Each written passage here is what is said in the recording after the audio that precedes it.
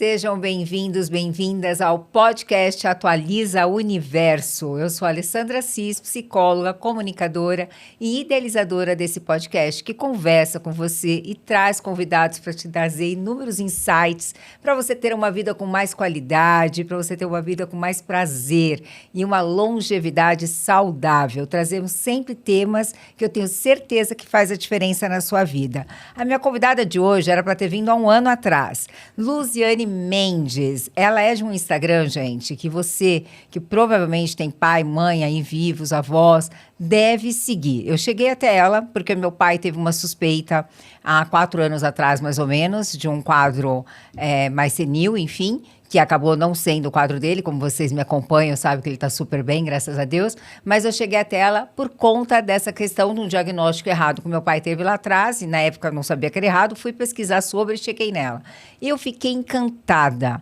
É um Instagram extremamente didático para quem cuida de idosos, seja você uma enfermeira, uma cuidadora, seja você uma filha, um filho, que tem aí essa inversão de papéis, né? Durante muitos anos, nós somos cuidados por nossos pais, mas chega uma fase da nossa vida, principalmente quem está no 40 mais, 50 mais, que esse papel se inverte. E é preciso muitas doses de paciência, de compreensão, de afeto, de dedicação, de renúncia. Eu tenho uma amiga muito querida que hoje ela vive uma situação muito delicada.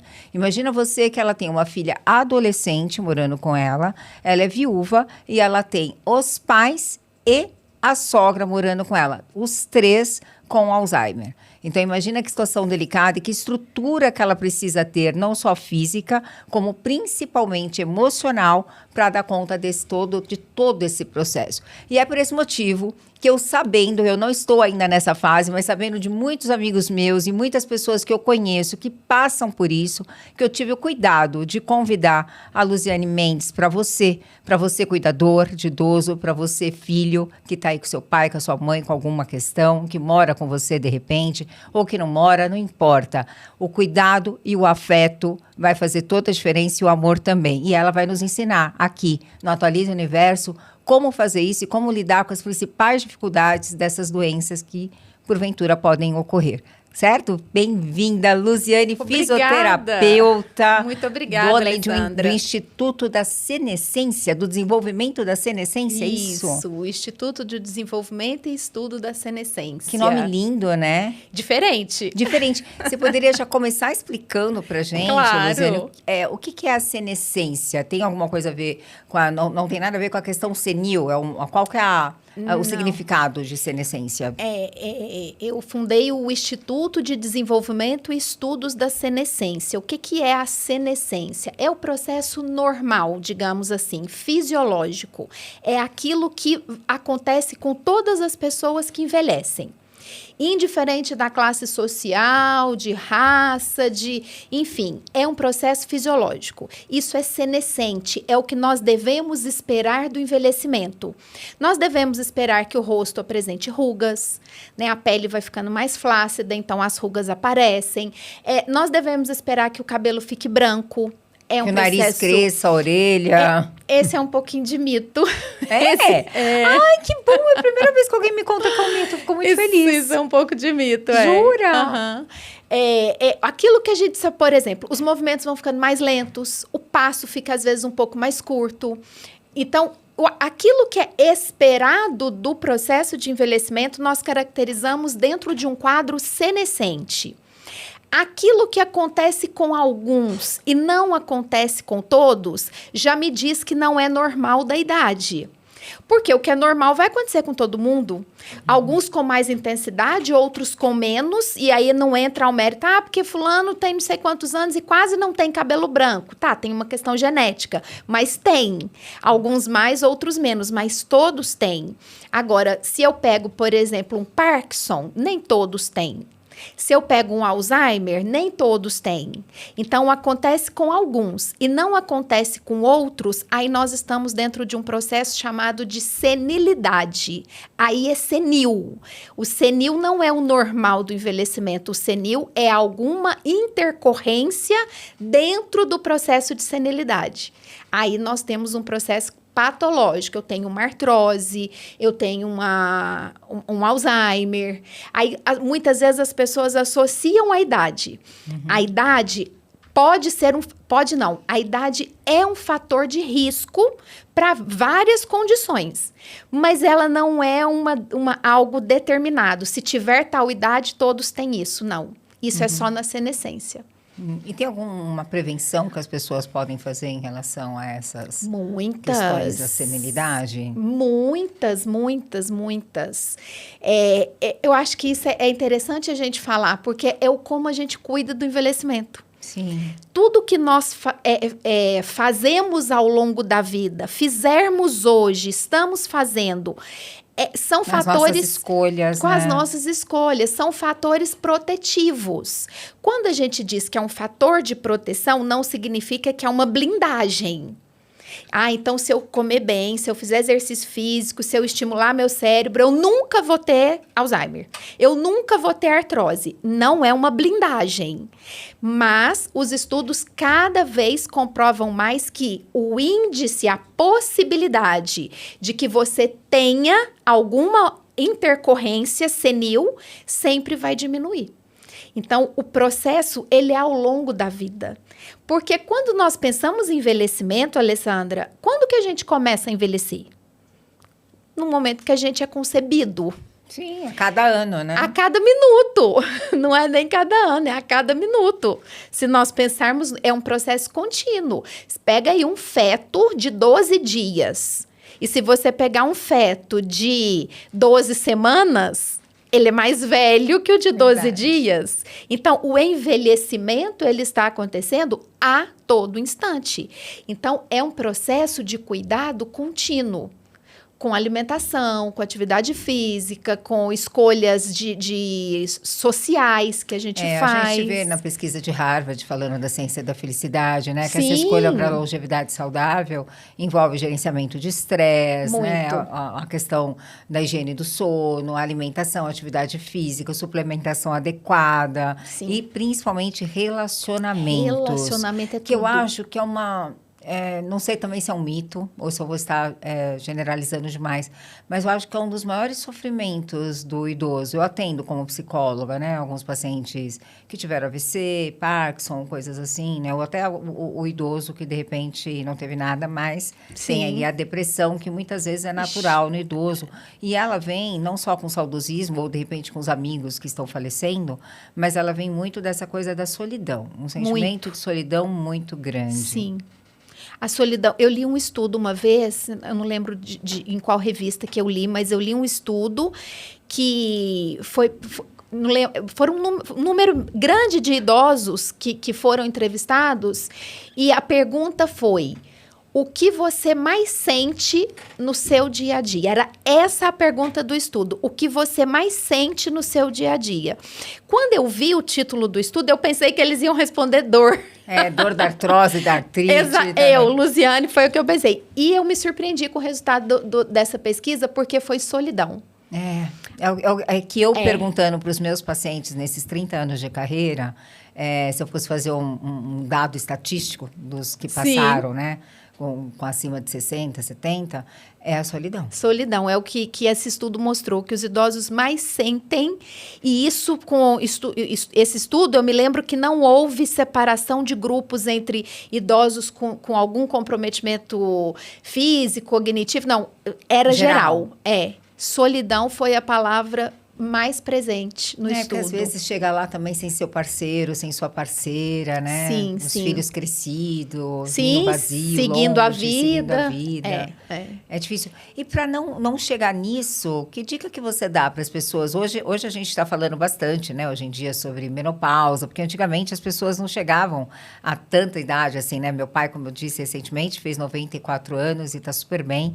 E a gente vê várias pessoas aí, eu vejo atletas, inclusive, né? De 70 e pouco. Eu fui dar uma palestra sábado e tinha a Fátima Tafo, ela vai vir aqui também. 71 anos, com um corpo igualzinho da minha filha, que tem 25, sabe? Mega sarada. Meu Deus! treina, ela participou do Casamento às Cegas recentemente, super sarada, tá? Não que necessariamente as pessoas tenham que ser saradas e tudo mais, mas para elas chegarem nessa idade, tipo, que elas sofrem muito de solidão, que dicas que você dá? Eu acho que é muito dessa questão também do que eles cultivam durante a vida, né? Sim. Eu vi uma pesquisa de uma entrevista, era um podcast, eu não vou lembrar quem era o entrevistado, nem o entrevistador.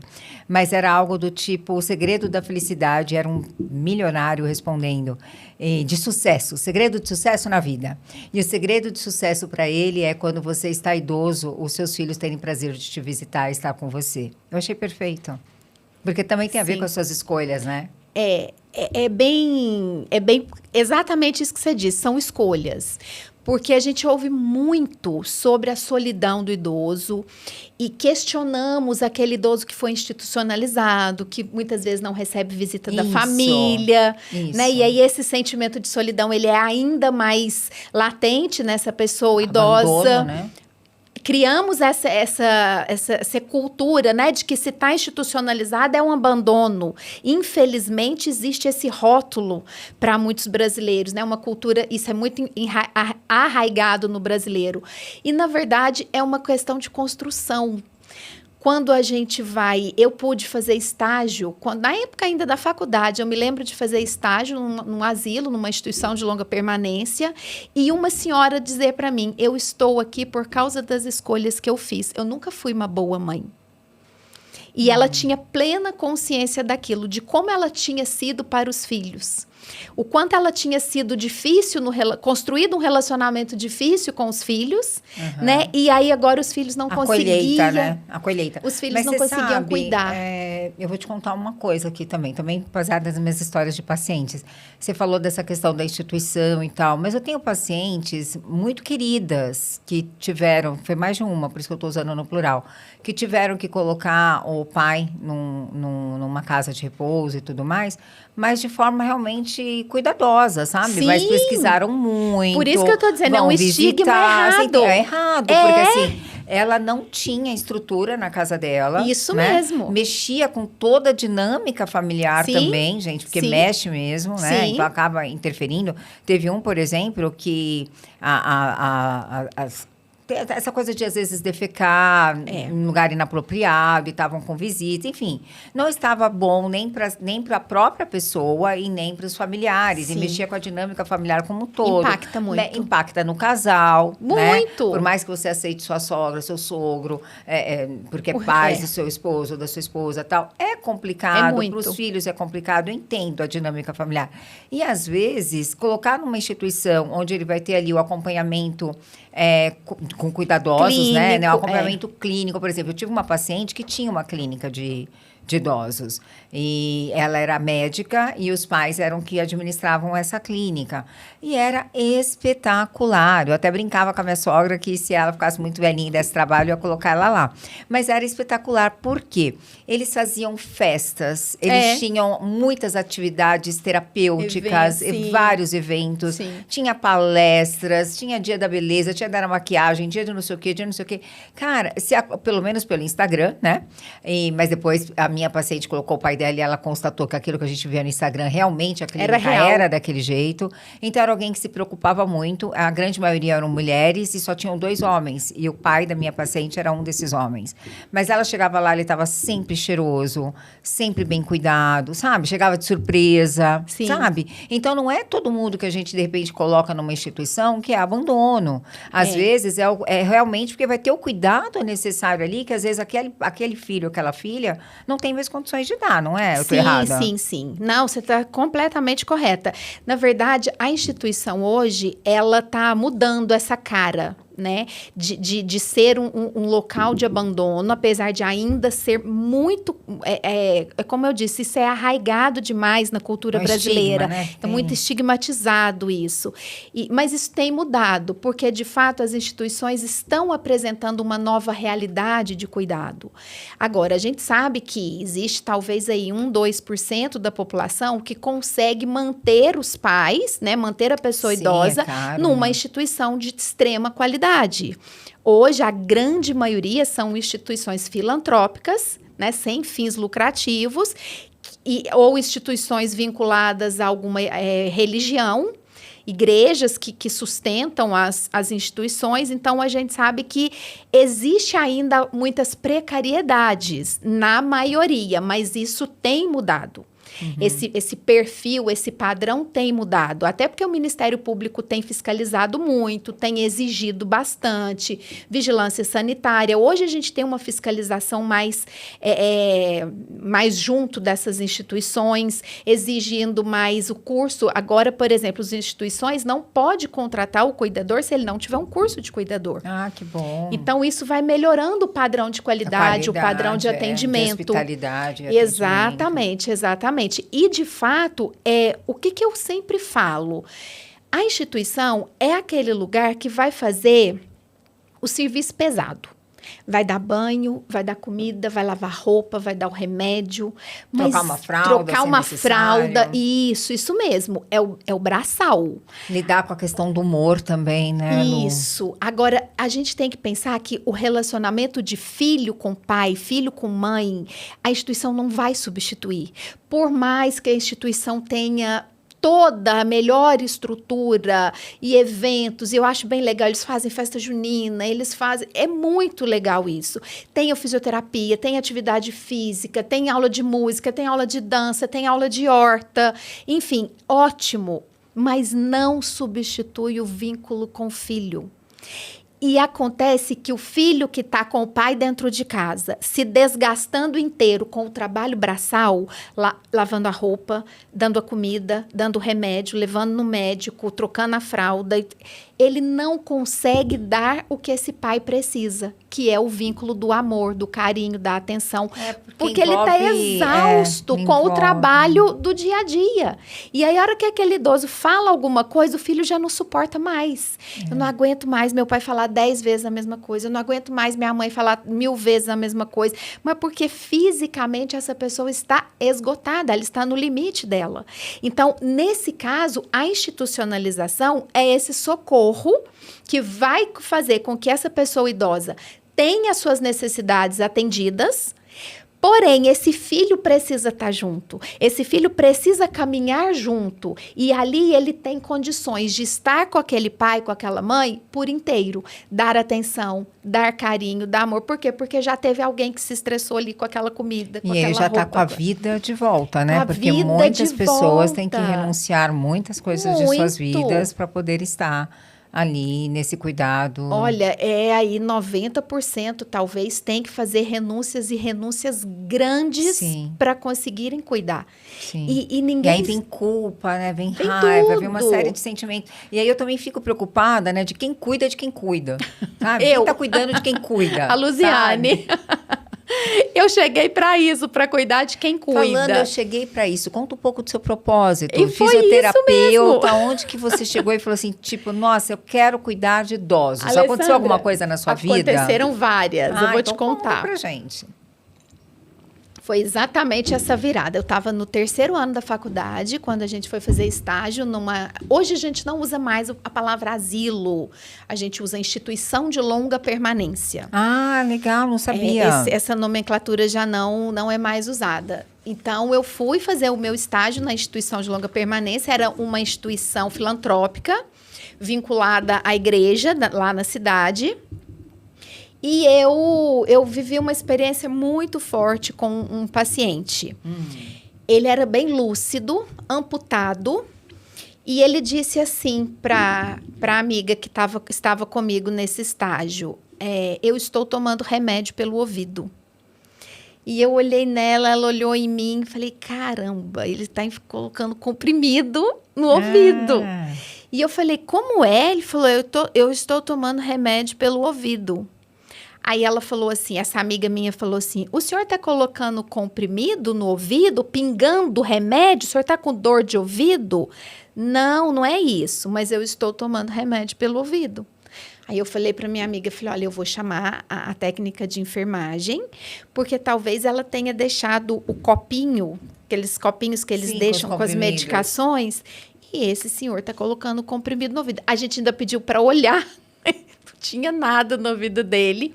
Eu falei, olha, eu vou chamar a moça pra gente conversar. Ele falou assim, não precisa.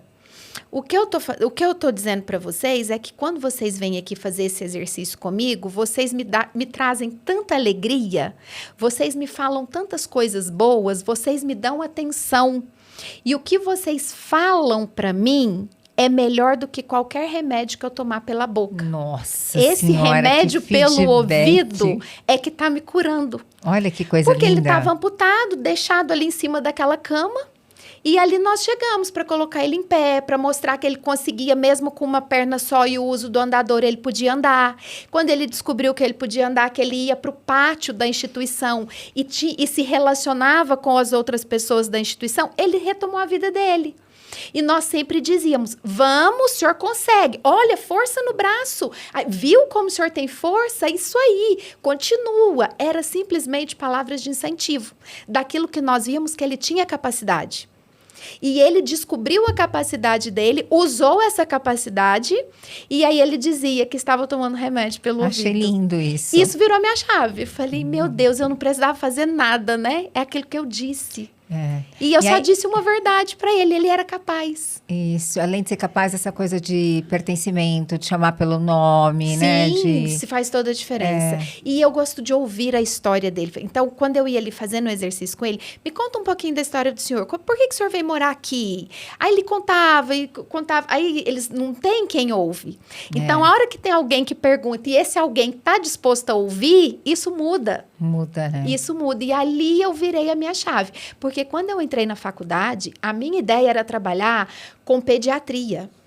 Olha só. Eu gosto muito de criança. E a neuropediatria sempre me atraiu. Eu queria trabalhar com a PAI, com crianças de necessidades especiais. Eu gosto muito de criança. Então, eu falei, eu vou fazer fisioterapia porque o meu foco vai ser trabalhar com criança. E a faculdade foi rolando, as coisas foram acontecendo, chegou a aula de neurologia. Me lembro que acho que no 5º período que eu fui ter aula de neurologia, eu falei, caramba, o negócio é pauleira. Porque eu fui lidando com a frustração. A neurologia foi me frustrando. Porque, assim, é muito esforço para você. Eu falava, Jesus, essa pessoa não vai mais abrir essa mão. E aquilo foi me frustrando, foi me frustrando. Aos poucos, eu fui trabalhando essa frustração em mim e entendendo que o mínimo já era muito. Mas ali, naquele 5º período da faculdade, eu não tinha essa noção. Né? E aí eu poder colocar uma criança sentada, a criança tá ali toda hipotônica, toda molinha, eu poder colocar essa criança sentada, mesmo que eu não vou fazer ela andar, mas, nossa, eu já ajudei ela a sentar, isso é muito. Então, falei, neuropediatria que eu quero trabalhar. Mas quando eu tive o estágio de geriatria, minha chave virou. Virou, assim, literalmente o oposto. Da criança para o idoso. O estágio na geriatria, a convivência com a pessoa idosa, aquelas histórias e aquele progresso que eu via, eu virei totalmente. E aquele remédio pelo ouvido nunca saiu de dentro essa frase de mim. Aí do remédio pelo ouvido foi lindo. Isso nunca saiu de dentro de mim. Muito e aí lindo. eu me formei e logo eu já comecei a procurar uma especialização na área de gerontologia. Eu quero me especializar em idoso, quero trabalhar com idoso. E eu comecei a fazer atendimento domiciliar. E atendimento domiciliar de fisioterapia é quase 100% de pessoas idosas. Sim. Né? Claro, tem um ou outro que não, mas... Às vezes tapotagem em criancinha, em bebê. Acontece. E fratura, cirurgia, às vezes de pessoas adultas. Mas a grande maioria dos meus pacientes eram pessoas idosas. E aí eu fui fazer... nessa época eu ainda morava em Minas.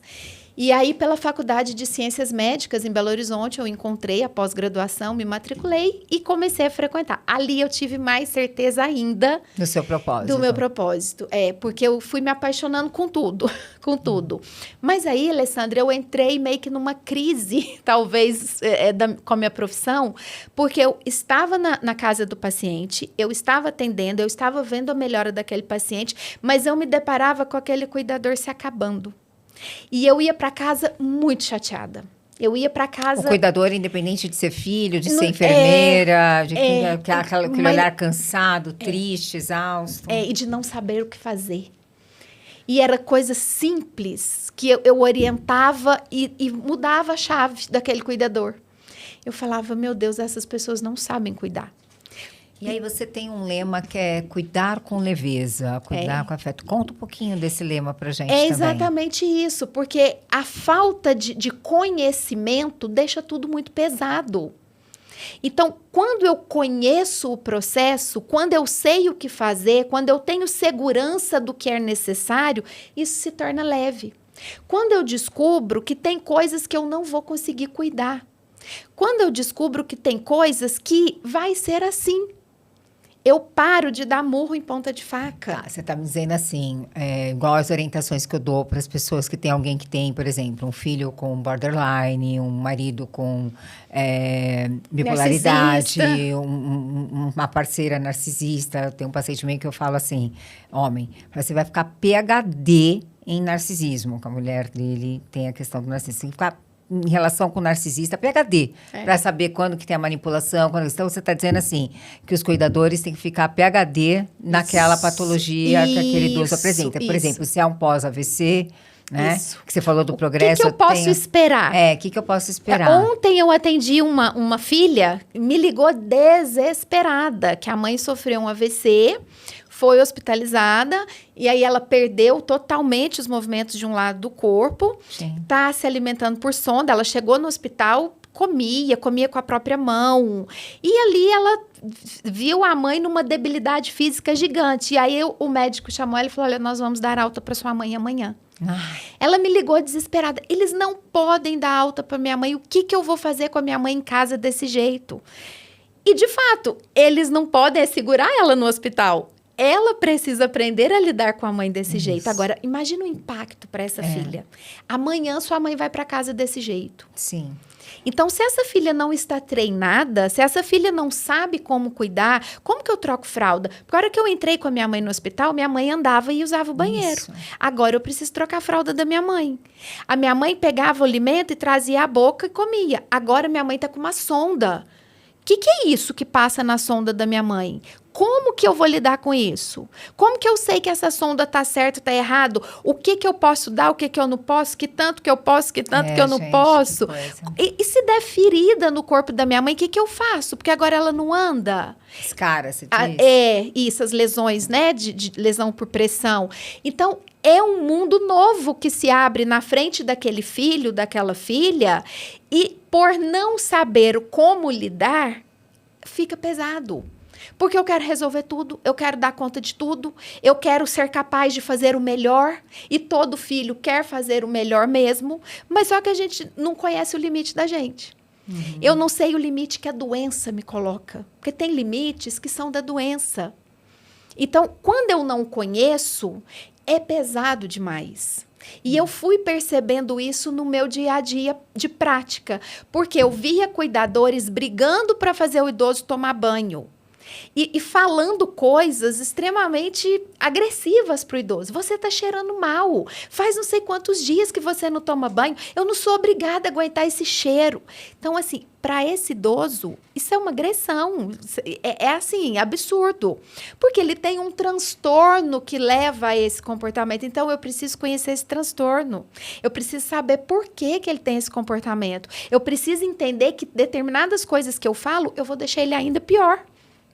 E determinadas estratégias que eu usar, eu posso conseguir fazer ele tomar banho. Então, nas suas redes sociais, você ensina algumas coisas, por exemplo, como falar com o idoso que está com Alzheimer, o que não falar. O que não falar. Você poderia dar algumas dicas aqui hoje? Quando a gente fala de Alzheimer, de demências em geral, aí eu acho importante, até antes, Alessandra, eu trazer esse esclarecimento aqui. Sim, claro.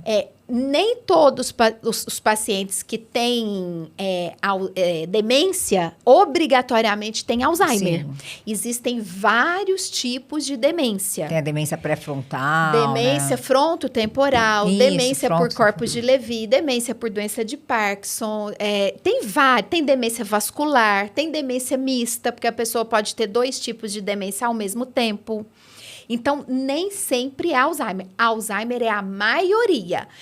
Se nós pegarmos aí todos os pacientes que têm alguma demência, a grande maioria tem Alzheimer. Mas existem outras aí que cada vez estão sendo mais diagnosticadas também, porque antes não se tinha muito diagnóstico. E tem algum exame que dá para as pessoas fazerem para prevenir isso? Tem. Prevenir demência? Pra Tem, saber a se gente tem, fala disso já. Depois você me fala. Igual tem Tá. o exame genético para ver se você pode ter câncer ou não. Tem exame sim. Eu vou falar disso e vou falar da prevenção, porque demência tem como prevenir. Então tá bom. Então Vamos lá. falar disso. Tem muita Tá bom. coisa pra gente falar, né? Tem muita coisa, então. Bora. E aí você me perguntava sobre o que dizer e o que não dizer. Quando a gente fala de demência, a gente está falando de uma pessoa que ela já está perdendo a capacidade do mundo real. E ela começa a entrar numa realidade que é diferente da nossa. Claro que isso não acontece de uma hora para outra. Porém, isso está acontecendo gradativamente. Então, quando eu digo para essa pessoa alguma coisa que é confronto, eu vou colocar essa pessoa em confronto com a verdade dela. Eu já estou num caminho errado do cuidado. Então, nós precisamos entender o que eu preciso falar e o que eu não posso falar. Eu preciso sempre passar por um filtro que eu chamo do o que eu vou provocar nessa pessoa, o filtro emocional. Qual a emoção eu vou proporcionar a esta pessoa idosa se eu disser isso? Nossa, ele vai ficar com muita raiva. Então, não fala. Ah, mas ele tem que saber. Então, fala de outra forma. Você ensina CNV também para os seus... não. Para pessoas com comunicação não violenta? Ah, sim. Na verdade, com a demência, tudo é uma comunicação não violenta. Tudo é. Só que ela é diferente, porque ela entra num âmbito, às vezes, que você vai ter que usar uma estratégia chamada de mentira terapêutica. Quando você fala da comunicação não violenta, nós estamos falando aqui no meio de pessoas totalmente lúcidas, onde eu vou trazer para você uma verdade de uma forma clara, objetiva, assertiva, não agressiva. Mas isso pode não funcionar muito na demência, porque às vezes eu vou precisar criar um contexto que nem é tão real para eu trazer esse conforto emocional para a pessoa. Então, o que funciona é o tom de voz. O tom de voz sempre sereno, sempre calmo. Sabe que pessoas com demência, elas fazem interpretação incorreta daquilo que está acontecendo. Então, por exemplo, se você diz assim para uma pessoa idosa que tem alguma demência, olha, não pode almoçar agora porque não está na hora. Essa pessoa pode fazer uma interpretação incorreta disso, dizer que você xingou, que você brigou, que você... Nossa, isso também é outra coisa que os cuidadores têm que tomar um super cuidado. Cuidadores que não são familiares, né? Porque às vezes eles falam que foram agredidos. Então, eles podem fazer uma interpretação incorreta, né, da realidade. Por exemplo, eu tive a semana passada um atendimento de uma cuidadora, a nora me procurou, ela cuida da sogra, e falou assim, olha, minha sogra não quer mais a cuidadora de jeito nenhum. Ela chegou em mim e disse que a cuidadora é uma terrorista e que ela vai estourar uma bomba aqui na nossa casa. Que ela é de um partido terrorista. Uhum. E ela quer porque quer que a cuidadora vá embora e eu preciso da cuidadora. Eles cismam, né, com uma determinada cuidadora. Sim, pois é uma interpretação incorreta de um fato. O que aconteceu? Aí eu fui atender a cuidadora, entender o contexto. Quando a cuidadora me relatou como ela estava fazendo com o cuidado, de fato era um terror para aquela idosa. Uhum. A postura daquela cuidadora causava terror na idosa. Só que a cuidadora não tinha noção disso. Então, ela fazia aquilo que era de melhor que ela podia por aquela idosa. Eu estou dando o meu melhor, eu gosto muito dela, eu cuido dela como se fosse a minha mãe. Só que fazendo tudo que para a pessoa idosa que estava recebendo esse cuidado, era um terror. Então, olha como ela fez uma associação incorreta. Ela trouxe um sentimento real dela, essa mulher tá pondo um terror na minha vida. Uhum. Mas ela disse pra nora, ela é uma terrorista e ela vai estourar uma bomba aqui em casa. Mande essa mulher embora e chame a polícia. Uhum. Entende que alguma coisa existia, mas houve uma interpretação incorreta que gerou uma história totalmente ilusória. Aí, se você bate de frente, ela não é terrorista, ela gosta de você, ela tá fazendo o que ela pode. É o que normalmente os filhos fazem. É o que normalmente e que tá totalmente incorreto. Por quê? Porque eu preciso acolher a verdade dessa pessoa. Você se sente ameaçada por ela? Sinto. Olha como faz a diferença. Você se sente com medo dela? O poder das perguntas, então. Eu me sinto com medo dela. Eu não quero ela aqui porque eu estou com medo dela. Vamos entender o que está acontecendo com ela? Será que ela não está precisando da nossa ajuda? A senhora já pensou na possibilidade dela, às vezes, estar doente e a gente poder ajudar ela? Não, será que ela está doente? Não sei, vamos ver o que pode estar acontecendo? Pronto, tirou aquela cuidadora, uma semana em casa, de folga, foi trabalhando ali com aquela idosa, olha, ela está no médico, ela está precisando de tratamento, ela está, olha, agora o médico falou que ela precisa trabalhar e que nós vamos ajudar ela, então agora nós vamos cuidar dela. Ela já se sentiu importante por cuidar de alguém. Ah, que legal. Ela já inverteu o papel. Inverteu o papel. Então, agora eu sou importante porque eu tenho alguém, eu posso ajudar alguém. E aí, pronto, a cuidadora conseguiu voltar, fiz toda a orientação, querendo, pelo amor de Deus, não faça isso, não fale isso, não age assim, não. Então, orientei a cuidadora, treinei essa cuidadora. Você tem um livro com essas orientações? Você tem um e-book, alguma coisa? E-book, sim. Tem o e-book, tem o material digital, mas o livro é um projeto. E tem uma mentoria? Tem mentoria, tem consultoria, na verdade.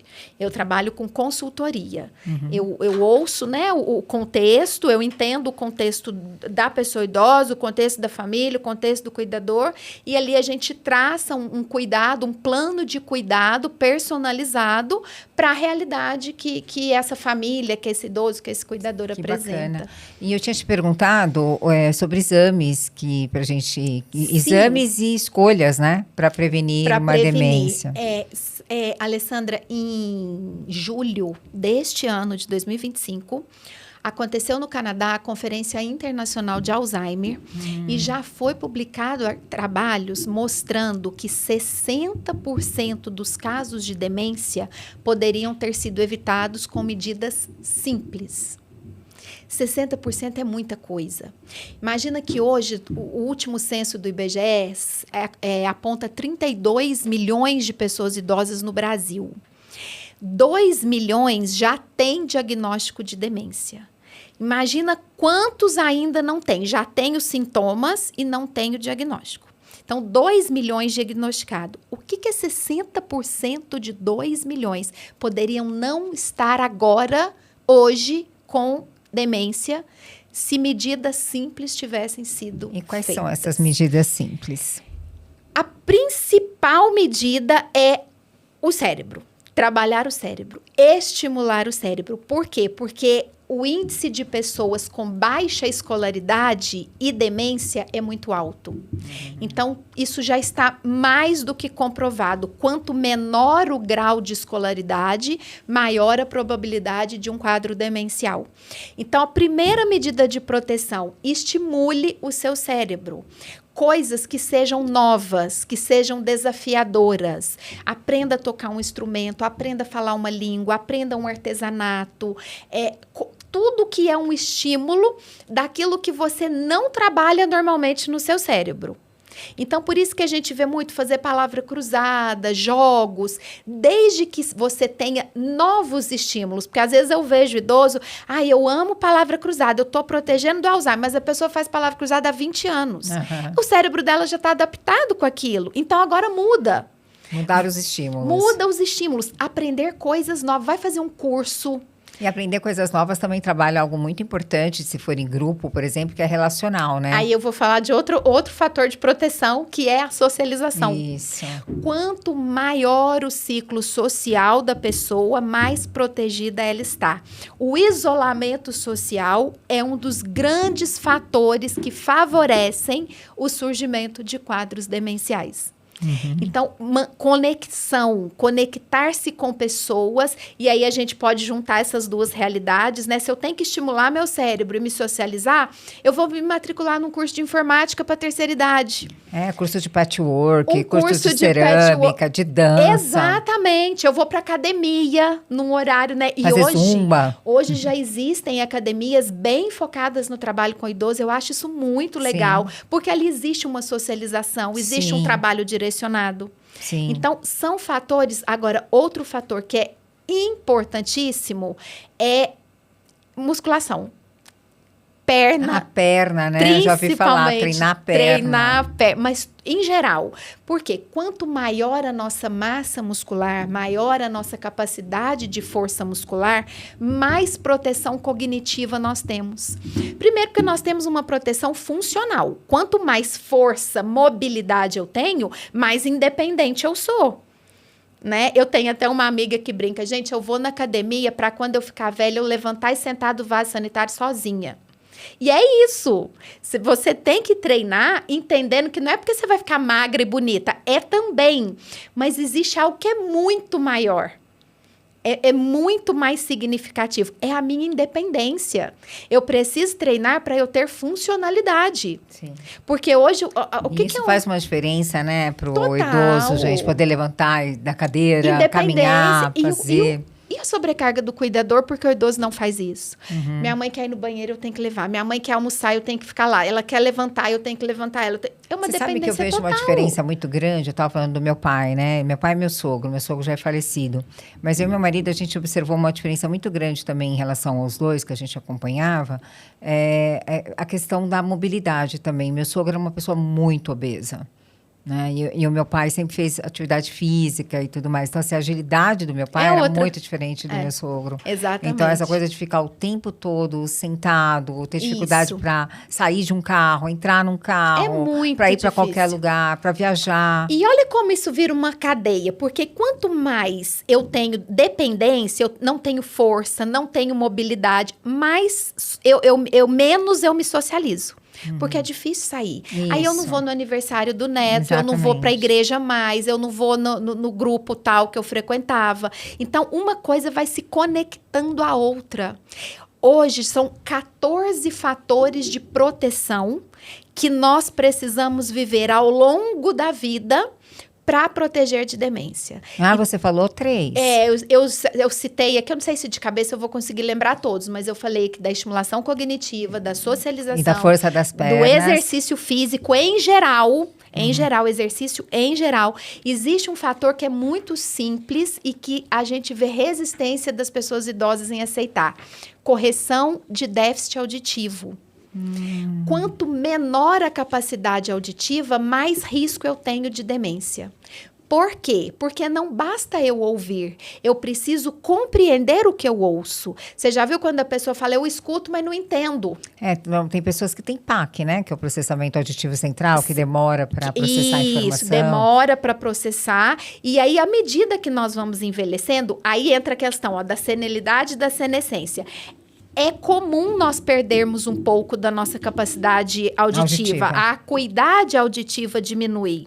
Mas isso não pode impactar na minha capacidade de socialização. Eu deixo de conversar com as pessoas porque eu não entendo. Mas impacta, porque quem tem zumbido no ouvido, aí ou nós quem não estamos falando de senilidade. Direito, Então, o senil, ele não causa impacto. Ele diminui, mas eu continuo minha vida normal. Isso é senescente. Reduziu, mas não impacta significativamente no meu dia a dia. Agora, quando isso traz impacto, aí nós já estamos falando de um processo que não é senescente, já é senil e precisa ser corrigido.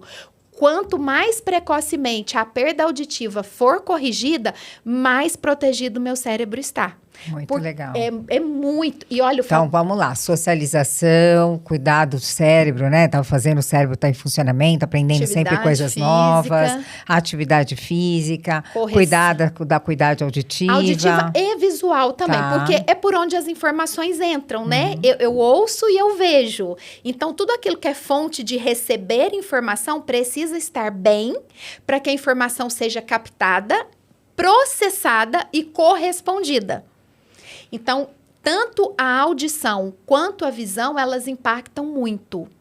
E outro fator também, as questões emocionais. Depressão, ansiedade são fatores de risco para demência. Bora fazer terapia, gente. Terapia! Façam terapia. E a gente sabe, Alessandra, que hoje, as pessoas idosas de hoje, elas têm muita resistência com a terapia. Né, envelheceram com essa resistência. Hoje nós temos numa sociedade de pessoas idosas que não se submeteram à terapia. Isso é um padrão que está mudando. Os jovens de hoje que são abertos, os adultos de hoje que são abertos a tratar processos ansiosos, depressivos, os transtornos de humor em geral, a gente sabe que eles vão envelhecer melhor do ponto de vista, a gente espera, né? Sim. Que do ponto de vista de transtornos de humor, eles envelheçam com mais qualidade. Mas não é o que dos que estão idosos hoje. Então, os transtornos de humor, eles são um fator grave de risco para... pode-se ver, a maioria dos casos que eu atendo, o filho fala assim, minha mãe sempre teve depressão. Sim. Minha mãe começou com depressão há não sei quantos anos. Aquilo mesmo que às vezes... Não tratado, Se né? não tratar, é pior ainda. E às vezes até mesmo tratando, isso evolui para um quadro de demência. Então, tratar transtornos de humor, depressão, ansiedade, é algo primordial na prevenção de demência. Você já falou uns 5, 6. Dos 14 aí, você falou uns 5, 6. Nós precisamos falar também, que é bastante importante e pouco falado, a questão ambiental. Poluição também é um fator.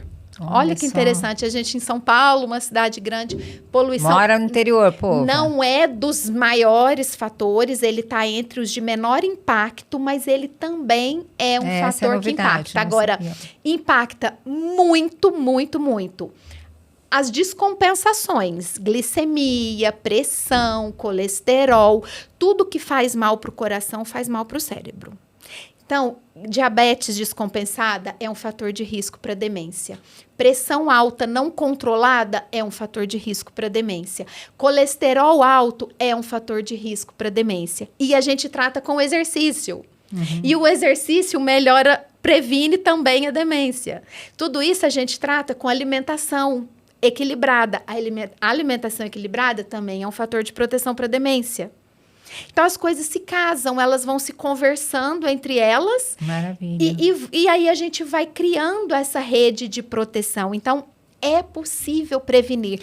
Mais uma vez, a questão das escolhas, né? As escolhas. E mesmo, Alessandra, que a genética não seja tão favorável. Porque os estudos já mostram que quando um dos genitores, ou seu pai ou sua mãe, tem demência, a chance de você ter é pequena. Agora, quando o pai e a mãe, né, os dois genitores, desenvolvem um quadro demencial, a chance de você ter é maior. Quando você tem um genitor com demência frontotemporal, a chance de você ter também é maior. A demência frontotemporal tem um componente genético bem significativo que o Alzheimer não tem. Não sabia dessa informação. A demência frontotemporal, o componente genético dela é bem significativo. A corpus de Levy também. O Alzheimer não. Então, mesmo que minha mãe tenha, que meu pai tenha, se eu tomo essas medidas de proteção, eu estou blindado? Não. Mas eu tenho 60% de chance a menos. 60% é muita coisa. É muita coisa, claro. E também de envelhecer melhor, né? Porque se eu fizer metade disso daí que você já falou, desses 14, por exemplo, com certeza já vai ter envelhecimento melhor. Melhor, né? com mais independência. Isso. E aqui é importante a gente fazer uma diferenciação. Autonomia e independência não são sinônimos. E muita gente acha isso. Ele tem autonomia. Autonomia e independência são coisas distintas. Os fatores de proteção que eu estou citando aqui, eles são para proteção de tudo isso, tanto da autonomia quanto da independência. Então, por exemplo, eu tive um paciente que precisou ser submetido a uma cirurgia de descompressão medular, ele tinha uma hérnia de disco, foi fazer uma cirurgia e ele ficou paraplégico. Ele perdeu o movimento da cintura para baixo. Um senhor que na época devia ter seus 70 e poucos anos. Um senhor forte, robusto, empresário, ficou cadeirante e da cadeira de roda ele administrava a empresa dele. Às vezes ele nem ia até a empresa. Os funcionários iam até a casa dele, faziam reuniões, levavam situações. Nessa época não existia a digitalização, né? Então era entrar no carro, ir até a casa dele, colocar ele no carro, levar ele até a empresa, adaptaram sala. E ele administrou a empresa até o falecimento dele. Extremamente lúcido, coerente, conciso, apto a tomar decisões e boas decisões. Esse é um exemplo de uma pessoa que tem autonomia, mas ele é dependente. Entendi. Ele não tomava banho sozinho, ele não usava o banheiro sozinho, ele não trocava de roupa sozinho. Ele começou a ter um tremor que ele precisava de ajuda até na alimentação. A gente chama de tremor essencial. Ele não desenvolveu Sim, Parkinson, conheço. tremor essencial. Ele precisava de Você ajuda. sabe que o tremor essencial, eu tive uma paciente na época com 18 anos e ela acontece. quis fazer odonto e hoje é uma excelente dentista, inclusive, mas ela tinha esse tremor, tadinha, e ela achava que ela não iria conseguir fazer Principalmente a na odonto. profissão odonto, mas ela conseguiu. Ai, Tá que aí, legal. ela com a medicação correta, com o neurologista não, correto. sim, dá para tratar. Foi possível fazer, que bacana, né? E aí você olha para você ver esse senhor, né? Totalmente dependente e com uma autonomia absurda. A esposa dele era minha paciente também. Ela andava a cidade inteira, ia para todo lado, tomava banho sozinha, trocava de roupa sozinha, fazia as coisas em casa, mas ela tinha Alzheimer. Ela não tinha capacidade de decidir absolutamente nada. Não tinha autonomia. Ela não tinha autonomia. Perfeito. As falas incoerentes, o comportamento incoerente, inconcisa em muitos pontos. Então, quando a gente fala desses 14 fatores de proteção, nós estamos falando de um envelhecimento com autonomia e com independência. Me protegendo de quadros demenciais e de outras situações mais que a gente sabe que o envelhecimento vai nos sujeitando.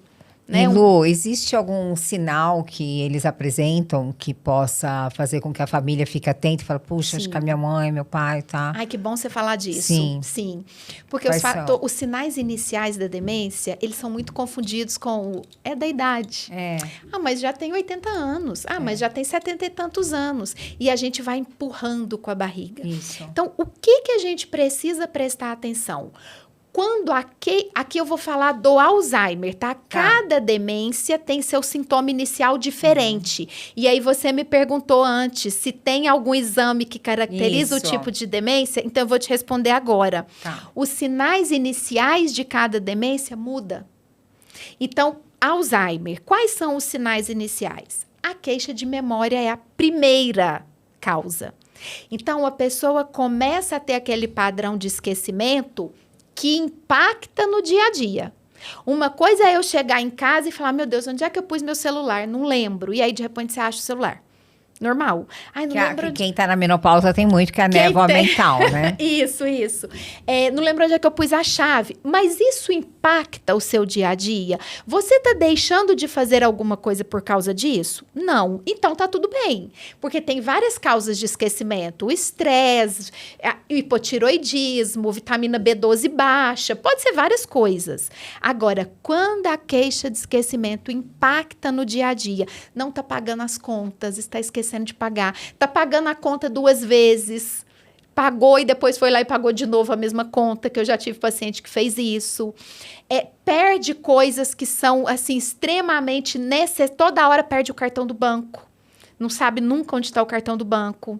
Então, quando a queixa de memória traz impacto para o dia a dia, esquece coisas assim, olha, tinha uma consulta e não foi na consulta porque não lembrou. Aí já precisa chamar nossa atenção.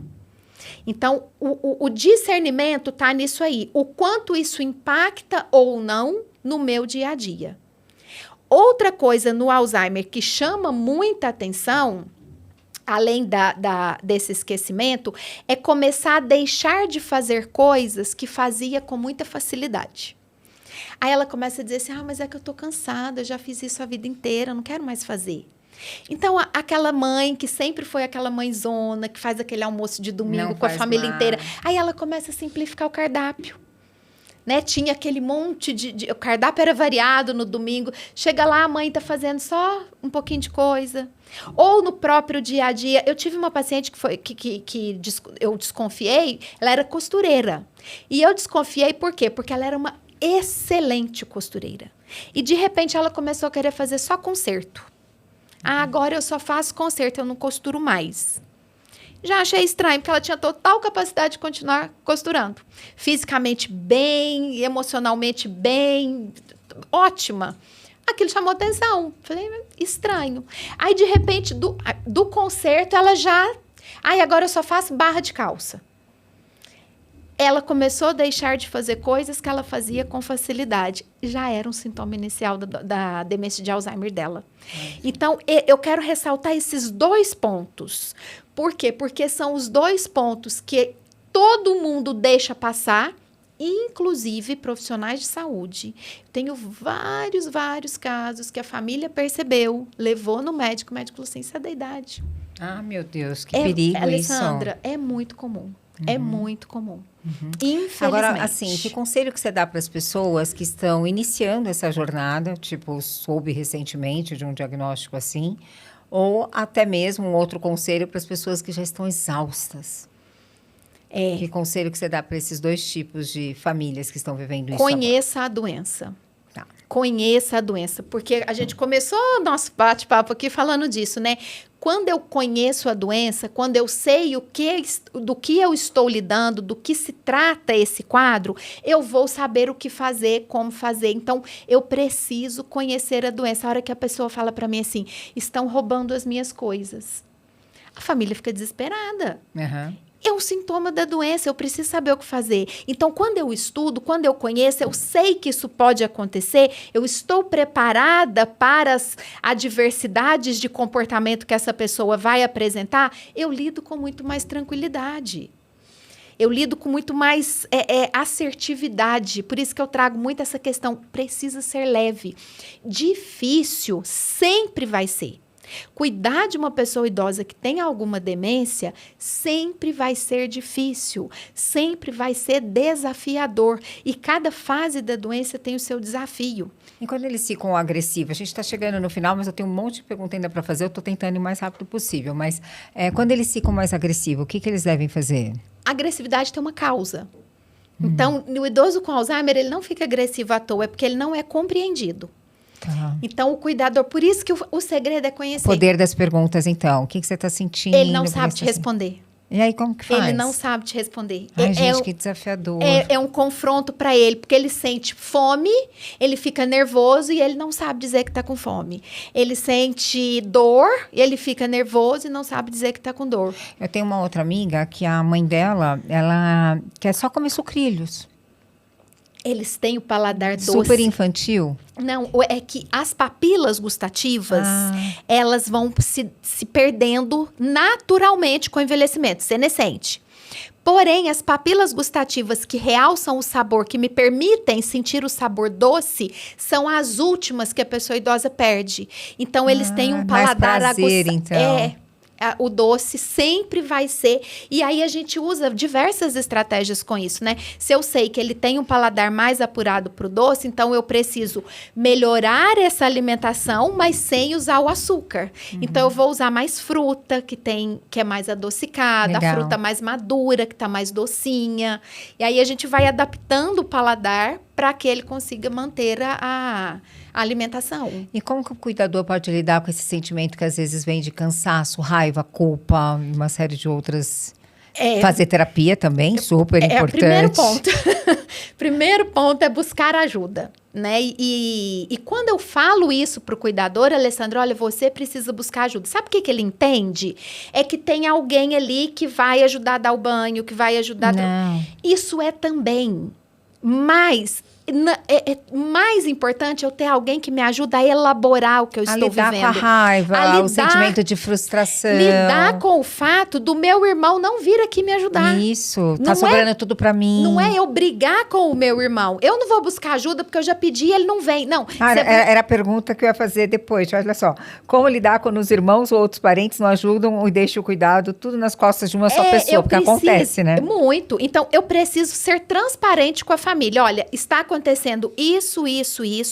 Hoje eu me sinto, e aí o cuidador erra muito nisso, porque o cuidador acusa o outro. Você não vai lá ver a mãe, você não faz nada, você é isso, você é aquilo. Não é sobre o outro, é sobre eu. Eu me sinto esgotada, fatigada, cansada, exausta. Então, o que você pode fazer pela nossa mãe, não é por mim. Isso. Porque quem precisa de ajuda é a mãe. Isso. O que você pode fazer pela nossa mãe? Você que lida bastante com pessoas idosas e tudo, eu fiz um podcast, o último podcast que eu gravei antes de você foi com meu pai, né? Que eu quis legal. deixar uma memória legal aí para todos nós, né? Fiz a entrevista com ele. Mas no dia eu cheguei atrasada, né? E ele detesta atraso, então ele já estava com um bico enorme. E ele estava com descobrimos no dia seguinte que ele foi diagnosticado com artrose, então ele estava com muita dor nas e a mãos. artrose dói muito. Então ele fez o podcast, gravou, tá lindo o podcast dele, mas teria ficado muito melhor se fosse um dia melhor. Ele estava com muita dor no dia, sabe? Mas enfim, eu tô falando isso porque uma das perguntas que eu fiz pro meu pai, e você que lida bastante com os idosos, eu queria que você, a gente encaminhando aqui para o final, que você dissesse isso. Do que eles mais se arrependem quando eles percebem que estão chegando no... Tipo, tá mais próximo, né? Apesar que a gente está falando de longevidade, né? Uma pessoa hoje de 70 anos pode viver até 90 e pouco. Meu marido me mandou hoje no Instagram uma senhora de 98 anos dirigindo. Sim. Você chegou a ver? Vou te mandar essa. Eu já vi uma de 101. E ela disse que ela vai dirigir até Brasília. 100 e pouco. Não sei de onde que era. Uma senhora, assim, super, com uma autonomia, com uma independência incrível. Saiu do carro dela, foi legal. comprar no açougue. Ele entrou filmando, né? As pessoas filmando. Saiu do açougue e tal. Eu falei, caraca, que delícia isso. Aí sim, né? Tipo, sentido de vida. Mas a minha pergunta normalmente, não sei se existe algo que você possa generalizar, mas quais são os principais arrependimentos que uma pessoa idosa tem? Eu não vou te dizer de uma forma geral, tá? Existem estudos sobre isso, mas eu quero trazer a minha experiência. Tá bom. 20 anos que eu trabalho com pessoas idosas e com cuidadores de idosos, o que eu escuto muito eu deveria ter trabalhado menos e aproveitado mais. A música do Titãs, Epitáfio. A música do Titãs, Epitáfio, exatamente. Eu escuto isso muito. Eu trabalhei demais. Eu podia ter aproveitado mais. Eu tô com 54 anos e eu tenho esse arrependimento com os filhos grandes, né? Eu acho que eu deveria ter trabalhado menos e ter aproveitado mais quando eles eram pequenininhos. É o que eu ouço. Eu não sei te dizer se as pesquisas que são feitas... Isso é geral. Existem várias pesquisas sobre isso. Eu vi outros estudos, dizem também sobre trabalhar menos, tipo, viajado mais, aproveitar. Resumindo, aproveitado mais. Eu acho que o Epitáfio do Titãs o perfeito, define. Define muito. Ai, Lu, adorei que você veio. Quando você vier para São Paulo outras vezes, venha novamente, porque assim, falta umas 15 perguntas que eu gostaria de fazer para você. Eu nem consegui, eu comecei te dizendo os sintomas iniciais de cada demência, nem consegui dizer do resto, mas a gente tem muito assunto, com certeza eu quero voltar mas se você quiser dizer de mais alguma, pode dizer. Então vamos lá, só para eu concluir esse raciocínio. Sim, claro. Na demência de Alzheimer, esses 2 pontos que eu citei. Quando a gente fala de demência frontotemporal, a gente precisa ficar atento à fala e ao comportamento. Por que fala? Porque a pessoa vai ficando com afasia. Ela vai ficando rouca. Não, ela vai deixando de se comunicar. Ela não encontra palavra. Ai, não lembro o que eu ia falar. Afasia, não tem dificuldade. A afasia, ela vai tendo dificuldade de construir fala e ela altera o comportamento. Ela fica mais agressiva, ela perde o filtro. Então, ela te ofende com muita naturalidade. Para ela não é ofensa. Eu sei que eu estou te ofendendo quando eu tenho capacidade de fazer um filtro. Eu sei que eu fui grossa com você, porque eu consigo perceber. Na demência frontotemporal, essa capacidade de perceber é comprometida. Então, eles são... E muitas vezes a família fala, não, é o gênio dele, porque tá velho e não consegue perceber que é uma demência. Que é o sintoma inicial da demência frontotemporal. E na demência por corpus de Levy, a característica marcante são alucinações. A memória é boa, a fala é boa, mas ele começa a enxergar coisas. As crianças que estão aí brincando, elas estão brigando. Separa a briga dessas crianças aí. A criança de vestido amarelo tá batendo no menininho de boné vermelho. Ele tem riqueza de detalhes daquilo que ele está vendo. Alucinações vívidas. Nossa. Essa é a característica primeira da demência por corpus de Levy. Então, quando a gente fala de variedades de demência, os sintomas iniciais vão me direcionar qual é o tipo de demência, porque o tratamento muda. Sim. As estratégias que eu trago nas minhas redes sociais, nos cursos que eu dou, enfim, as estratégias não farmacológicas, que é o que eu trabalho, elas são as mesmas. Mas a medicação muda. Então, é importante esse diagnóstico na fase inicial para o tratamento ser conduzido da forma correta. Lu, devo estar na névoa mental. Eu não lembro se você respondeu sobre o exame. O exame que tem qual tipo de exame que pode ser feito? Hoje já tem exame de sangue que está sendo feito. Tem para bipolaridade também. Eu não sabia. A psiquiatra, ela tem do Alzheimer e ela tem algum laboratório que faz para você ver essa predisposição, ou do Alzheimer ou da... Mas aí são duas coisas distintas. O exame genético, ele vai mostrar a predisposição. Não significa que você vai ter. Tá. Por quê? Porque eu tenho 14 fatores de proteção que mesmo que o meu exame genético dê positivo, eu posso não ter. Tá.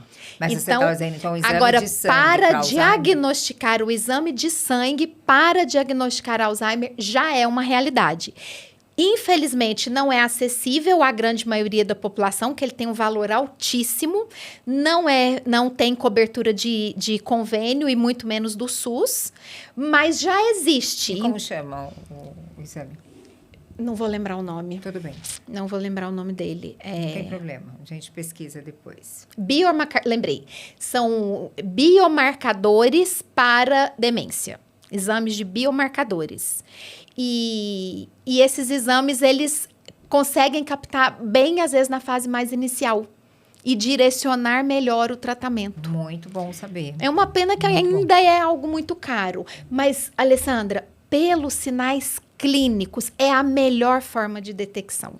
É a melhor forma.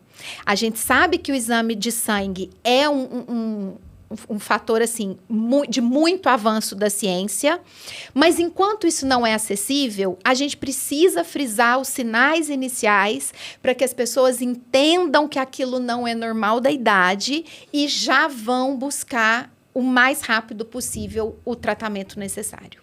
Se você pudesse deixar uma mensagem aqui para todos os nossos ouvintes, vamos supor que você está em São Paulo agora, você vai andar ali numa avenida maravilhosa, tem um outdoor com a mensagem da Luziane. Da Luziane Mendes. Que mensagem seria essa? Escolha suas batalhas. Quando nós vamos cuidar de alguém, nós precisamos conhecer o que eu estou cuidando para eu saber escolher as minhas batalhas. Porque lutar batalhas que não são minhas vão me desgastar de forma desnecessária. Aprender a escolher as batalhas é o caminho para um cuidado com mais leveza. Como que eu aprendo a escolher minhas batalhas? Quando eu conheço a doença. Quando eu estudo a doença, quando eu sei o que é normal da idade, quando eu sei o que é da doença, quando eu sei o que fazer mediante cada situação. Aí você está escolhendo as suas batalhas. E um ponto fundamental que eu nunca posso deixar de dizer é que pode contar comigo nessa jornada. Maravilha, muito obrigada pela sua presença. Eu que agradeço o seu convite, foi muito bom, me senti muito honrada com o seu convite. Eu amei que Há muito tempo, né, que realmente você me convida, mas consegui me organizar. Foi muito bom mesmo, mas eu espero que quando você venha para São Paulo novamente, me avisa, porque a gente tem mais coisas para falar aí para as pessoas que eu sei que vai ajudar bastante. Combinado, tá bom? Estou à disposição. Muito obrigada. Eu venho aqui agradecer meus patrocinadores aqui do Atualiza Universo, Sabrina Padovan, que está aqui me acompanhando, nossa fotógrafa, Capelle Divine, que cuida do meu cabelo, Karine Verli, a Fabi Berman e tantos outros patrocinadores e pessoas que estão sempre aqui nos apoiando para ter, olha, informações genuínas e importantíssimas, e que eu tenho certeza que com esse episódio nós vamos fazer a diferença para muitos idosos, para muitos filhos e para muitas famílias. Foi pouco tempo, mas eu tenho certeza que tem vários insights aqui que farão a diferença. Um grande beijo e até o próximo.